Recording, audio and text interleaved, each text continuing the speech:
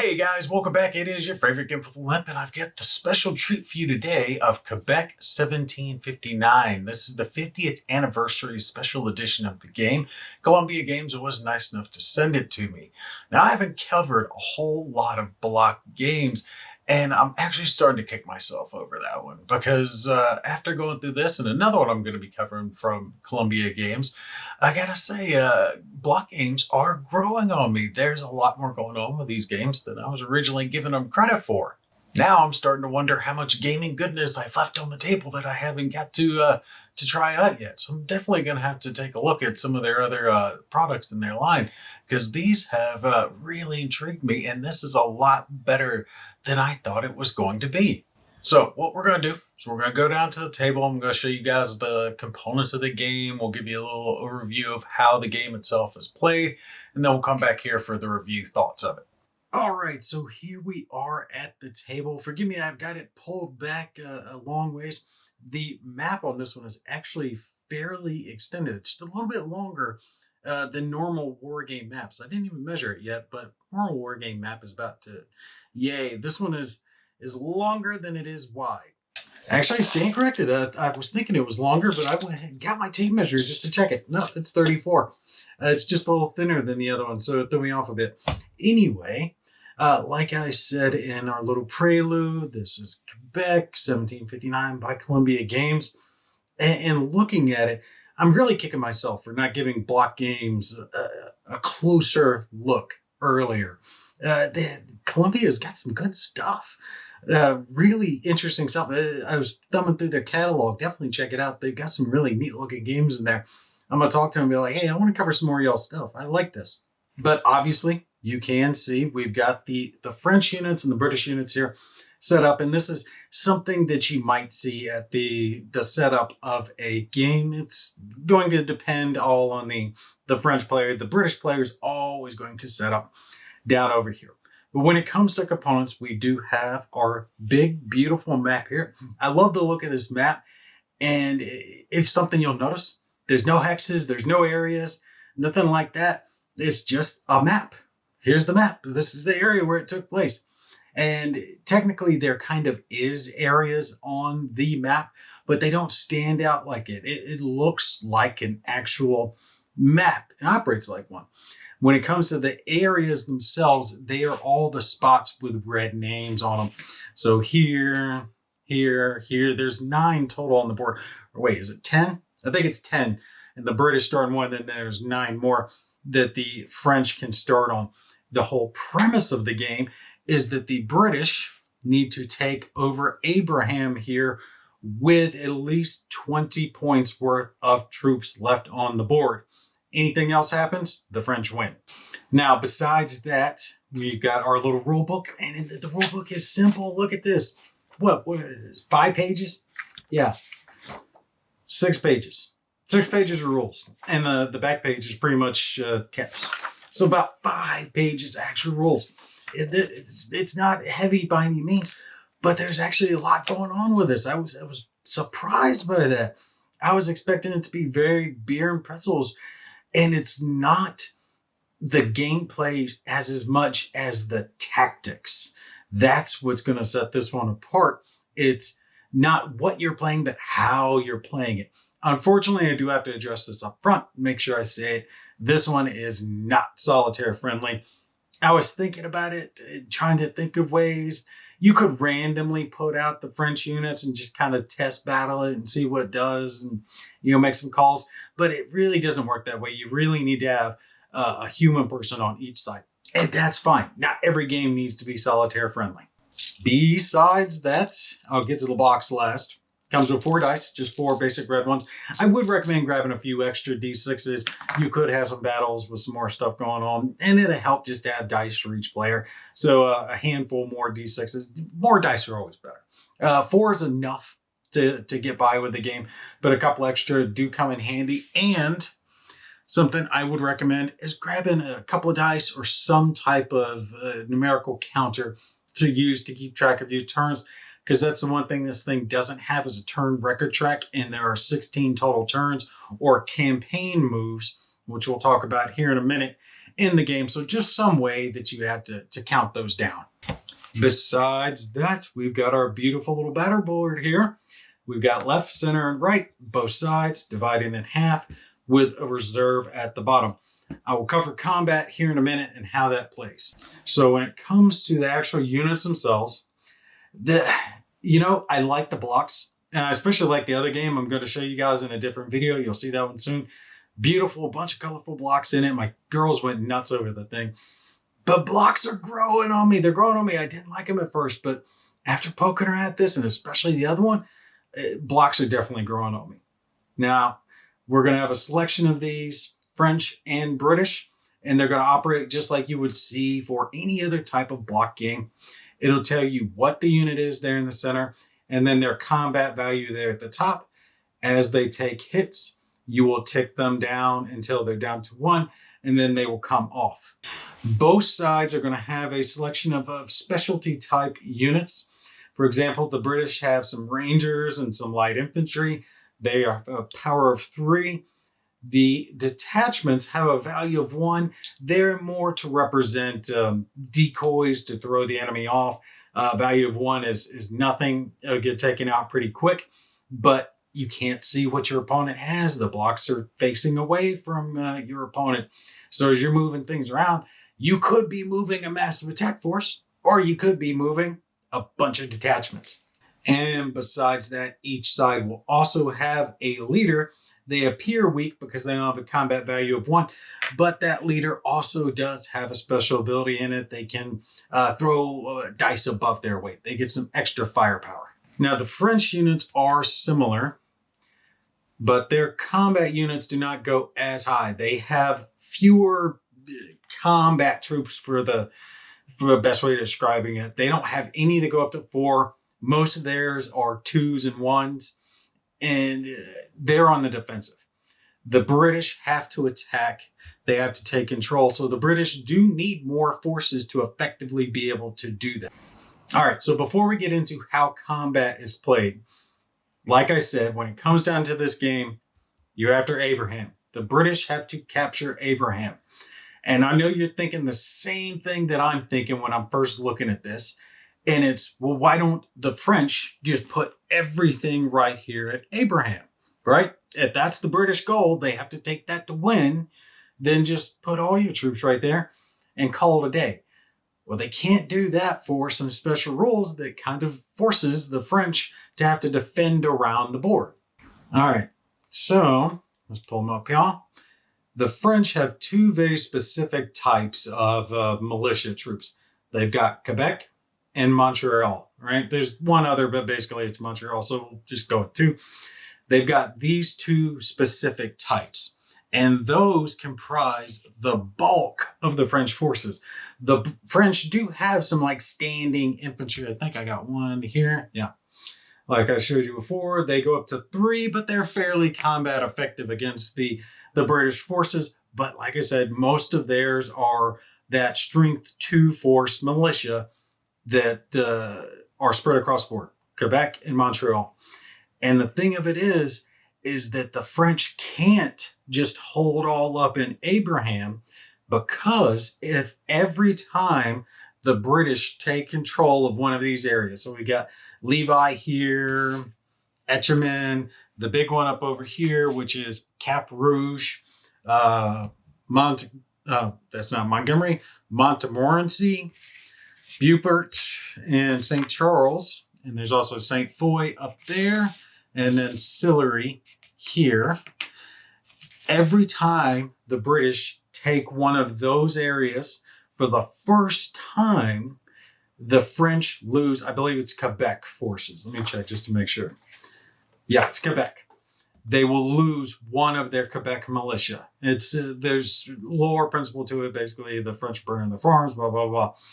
The British taking control of those areas. So anytime only British forces are in one of those specific spots across the board, the French lose forces. On top of that, if the British are ever control of Cap Rouge up over here on the far left, that makes it to where the French also lose the Montreal militia. and they will start losing them turn after turn after turn. So the longer the British control that, the more they weaken the French forces without even having to fight. And that makes it, if they lose all their militia, to where the French only have something like 4 or 5 blocks of actual troops that they could use. And that's not enough to hold Abraham. The British will be able to swarm in and get them. So the French have to defend across the board and can't just centralize their forces. So how do the French defend and how do the British attack? Good question. Well, that's really going to come down to these ships here, these British ships that we've got located here in this river. They're going to be in one of 2 places. You see there's a line right here separating out the St. Lawrence area and the Basin area. As long as there are ships here in Basin, the British can make amphibious moves with their troops, which is the only thing they can do at the start. Over here where they start, they can only make an amphibious move to get off of it. And they can do it anywhere here in the Basin, any zone that touches it with the exception of Abraham. So they could send troops over here in Levi, St. Charles, Beaufort, Montmorency over here, right? And any combination in there between, up to the number of ships that they have located here. So at the start, they all start here. The British can move 4 forces a turn. And remember, with this game, each side gets 1 move per turn. That's it. That's what they mean when they say there are 16 campaign moves in this game.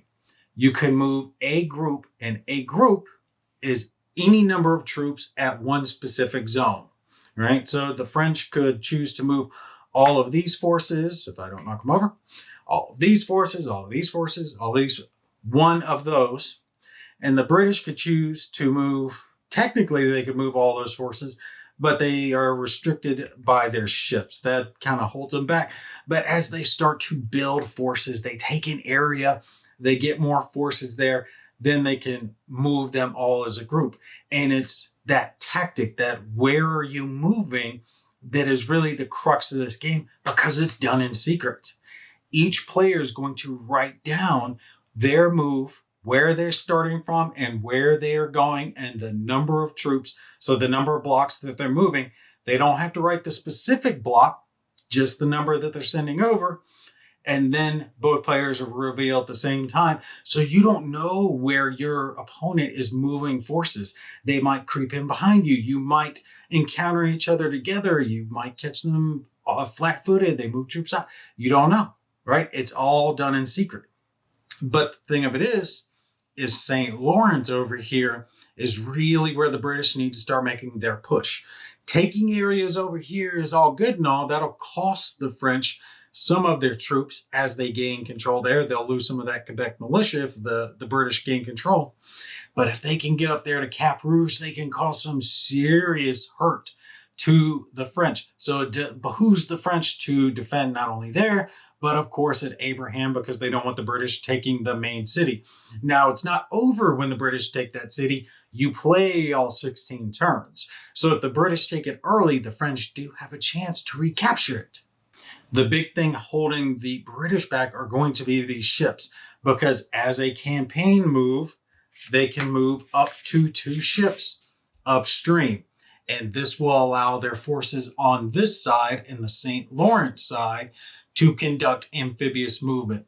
So if they have troops here, they could move either into Cap Rouge, Sicily, or Abraham. They can't go up to St. Foy, that's landlocked back over there. But it gives them the amphibious option while they're over here. But that's a campaign move. That's one whole turn where the only thing the British do is move 2 ships. And then later, of course, they would want to try to get all 4 of their ships up there, give them more movement, because even if they take down over here, they've got to do it in piecemeal, moving their troops across the board, which will give the French time to reinforce. All right, so let's set up a quick example battle here. Let's say our defenders are the French and the British are attacking. Now, they can both be attacker or defender. If the French move into an area the British would be the defender. Generally speaking, though, most ties or situations are going to pop up. The French are going to be defending. The French will defend a lot in this game. Now, let's say the French are defending. The French have to set up their forces first. And like I said, you've got your left, center, and right, and reserve. Thing of it is if you have more than 2 troops, you have to fill up these areas and you have to put at least 1 troop in each. All right. So let's say the French try to go basic. They put their troops like so, and they leave 1 in reserve. Actually, probably wouldn't behoove them to leave something in reserve. I'll put that one there. And let's say our British guys, they space out. They've come with a big force, and they get to set up after the defenders. So we'll put a couple there, and we'll try to push in on that right flank. This is what a typical battle could look like. Once you get to this point, you will tip all the units facing each other and keep them in a little line there so you know who's who. And this shows you who is competing in a battle. You want to keep their strongest side, or their actual strength side, rather, pointed towards the opponent so you know what strength they are at. You're never going to recover forces. So once hits are taken, that's it. Hits are taken. All right. And actually, for example, let's say the French did leave 1 in reserve, just for our example purposes here. The French set up first, the British set up, then the defender does have the option to reinforce at that time with any units they do have in reserve. There are chances later on to potentially reinforce with units that are in reserve, or they can attack routing units. Well, let's say the French see this, so they take a gamble and try to put their last militia over here to try to hold the line. So this is our setup. When you get set up, the defenders will fire with all their troops in each of their columns 1 by 1, applying hits as they score them, and then the attacker will do the same. How that's going to work is you're going to roll 1 die for each strength point that the unit has. So our Montreal militia here has a 2 value, so they roll 2 die. In this case, they miss with both. You have to score 6 to hit. Only 6s will hit in this game. Center militia rolls and fires. They miss. And our right column over, or this is their left, my right column over here fires, and they all get to fire, not just the front line. So here they've got 3 die. They roll. Hey, they got a hit. That means the British will reduce the strength of one of their units. You tick it down. And now the attacker will repeat the process that the defender just did. So we would roll for the British, all of theirs. They'd get to roll 4 dice for each one of theirs compared to how many dice the French were rolling. And over here, they'd be rolling 7 die. That's why I was saying you need to grab out some extra D6s. You can make it work, but extra dice come in handy. Now, what you're looking for to happen here is for one side to choose to retreat. The defenders do have the option before battle to retreat, but they can potentially take losses in the pursuit. Okay. If one side does not choose to retreat, when one side loses an entire column, they have been considered to be routed. So let's say the French here have these guys and they're like, no, they get blasted off. These center British have lit them up. They scored well. They got a bunch of 6s. They cleared out those militia. Now the French have routed. Their troops will be forced to retreat, and the British would get 1 more volley fire from each line. So this column would fire here. This column can't do anything else, and hits do not carry over. So if there's any remainder in a column being wiped out, you cannot apply that to others.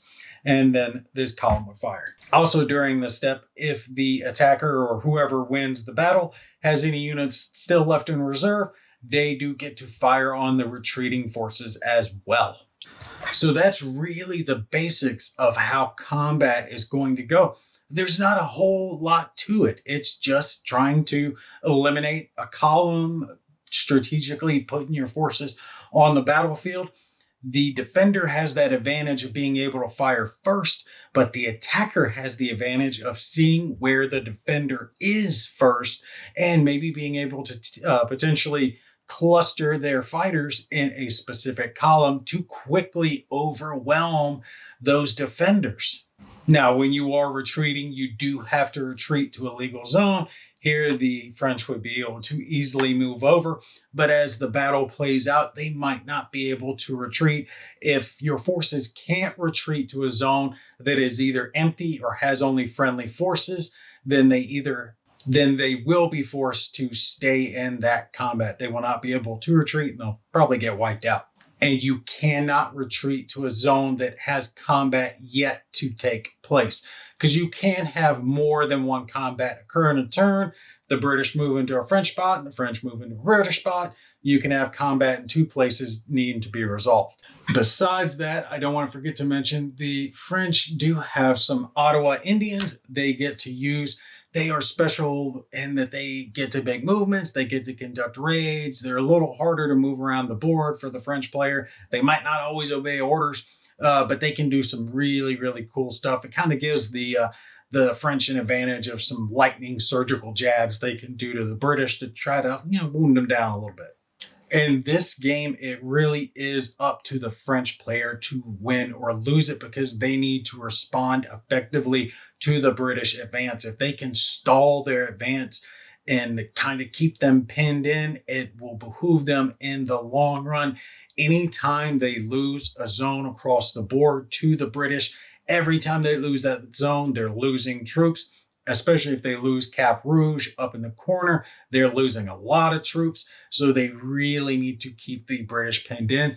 The British do have the advantage of overwhelming forces. They have a lot, not numerically better, number better. I'm saying this wrong. They don't have more blocks, but they do have better blocks and more of them. They still have some weak, detachment level 1, weaker troops, but for the most part, the British do have stronger forces in the game, but it's going to be harder for them to get moving out, especially at these first few turns where they're only getting to move 4 troops at a time. But if they can establish a foothold, then they can quickly start to reinforce that and start a wave that can crush the French. And ultimately, that's the game in a nutshell. There's not a whole lot going on with this, like rules-wise. Chromie, it's really not that deep. But when it comes to does he know that I know that he knows that I've done this and that game, that aspect of the game is massive. This game is just meant to have another player sitting in front of you. You're trying to figure out where he's going to try to mass his troops. He's trying to counter you as you're trying to counter him. You're using your detachments, your weaker units, your bait to try to distract him. Like, oh, my main attack's going over here. Wait, no, my big attack's coming this way. And that's the big thing, is that you can't see what your opponent has, where their strength is. They might have 6 troops at one location, or 7 troops, 8 troops, whatever. There's blocks. They can be anywhere across the board, but it might be mostly militia or detachments. And this small group over here is actually their main battle force, and it's going to come in and flank you when you're not ready for it. Like I said, it really does come down to those 2 rules that really kind of sets this apart. If it was not for those rules about the French losing troops, then it would be a very stale game, right? There would be no reason for the French not to just smash into Abraham and hope to hold out as long as possible, blah, blah, blah, as the British just slowly march a big mass of troops, their blob over to try to wipe them out. And then it just becomes a dice game. It becomes a thinking man's game now that the French have to try to maintain control of multiple different zones across the board and trying to keep the British from getting that foothold. British can't move a lot, but the French have to try to hold a lot with the little that they have. I like it. I gotta say, I like it. It's a simple game, but I like it. And I gotta admit, the freaking blocks are growing on me, man. I'm really starting to like the blocks. Anyway, let's pop back up and do some final thoughts. I kind of already did my final thoughts, but we'll do a few more final thoughts anyway. I owe them that much. All right, so we're back. We have seen everything that Quebec has to offer, and there's a lot going on with it for the simplistic nature of the components. There's not a huge variety of different things. You just got your blocks, you've got your French blocks, you got your British blocks, you've got your map that doesn't have a bunch of hexes or areas or everything. It's just a map, but it looks so good. It looks so clean. And that was something that really, really stood out to me when I first was looking at the game. Now, if you really think about it, yes, there are technically areas on the map, the red areas that you're trying to gain control of, but they're not marked out. And it gives this map a very simplistic, streamlined look that I like. Now, ultimately, yes, I did decide and have to just go with the fact that the game's not suitable for solitaire. There's just too much hidden information, but the hidden information is the key strength of this game. And not every game has to be solitaire playable. It just doesn't have to be. Some mechanics aren't built for that. That's fine. And that being the strength of this game, it's not going to be able to be played solitaire, but it is a lot of fun, I think, for some heads up play. When it comes to the other components of the game, like the blocks themselves, they're all good. And my one nitpick has always been I've hated stickers, but you know what? I've grown up. I'm fine. I can deal with the stickers. It's not that big of a deal. And of course, you need them to put on the blocks. And something that I do appreciate that they do is they include an extra block for each one of the colors. And they do this with all their games. There's another one that I'm going to be covering again here soon. And that comes in handy because occasionally you're going to have a block that's slightly off cut, something like that. And I had that in my copy of this game. One of the red blocks was more of a trapezoid than it was an actual block. And because there's an extra red block in there, that it doesn't affect my game. I have all perfectly square blocks to use. So it's just that nice little extra step that they take to ensure that you get what you're paying for. So all the components are good. The gameplay itself, that's what people are coming for. And the gameplay itself is great. There's a deep tactical experience going on here with the players deciding back and forth what their moves are going to be. And you have that strict limit. You've got 16 campaign moves, and you're only ever going to have 16 campaign moves. But you have to have 16 campaign moves. You play them all. You can't win early. So it does give the chance for the French player to come back or something like that. And like I was saying when I was first showing the components there, when I was originally reading the rules, I was thinking, well, why wouldn't the French player just dump all his units right there at the one spot he's got to defend? But those other rules there, the ones that affect their militia, require them to guard as much of the map as possible, plus the fact that the British player is restricted in his movements, especially there at the beginning of the game when he's being limited by the ships that he has available. Now, once he gets a foothold somewhere and starts building up some forces and is able to start making inroads, he can make bigger than the original pushes. 4 is going to be the most there at the beginning, but that can start ramping up.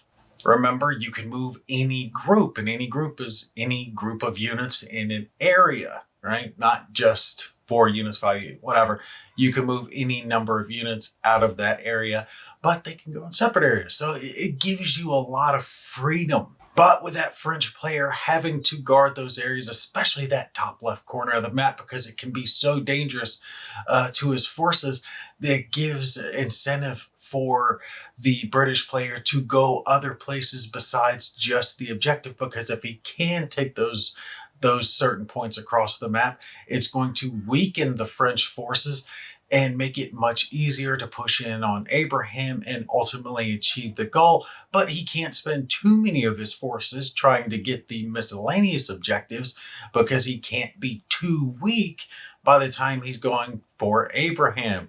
Once he gets there, even if he captures it, he has to have at least a set amount of forces still on the board. Otherwise, he still loses. And then let's not forget that one little Indian marker that the French have that can just bounce across the board and just wreak havoc on the British forces left and right. And that makes it to where the British player has to kind of always be on their toes. They don't have that overwhelming advantage because they might get that little Indian raid that comes in and hurts whatever push that they had started to make. I was even watching Zilla Blitz the other day, and he had a guest on, just a Stanley, same name as myself, Nate, from Legendary Tactics. And in his top 10, one of his top 10 was actually this game, Quebec 1759. And after playing it myself a little bit now and having some hands-on times with it, I can see why he would list it in a top 10 of his all-time favorite war games. Because while the game isn't horribly deep, there's not a mess load of chrome and special rules or things that you have to worry about. There's a lot of tactical choice involved with it. And even though there are only so many spots on the map, with the amount of detachments, which are more like decoy units, and the ship movement and the enemy not knowing where you're going and your different pushes and the objectives and all this, there's so many different ways that you can attack and defend that I could see any number of ways that this game could play out. And a couple players could probably play the game 10 times straight back to back to back and have none of those games play out the same way twice. But anyway, that's going to be it for me. I hope you guys enjoy this one. Stay tuned. I've got some more goodness coming up from Columbia Games that I think you guys are going to enjoy checking out as well. Y'all take care. I'll catch you in the next one.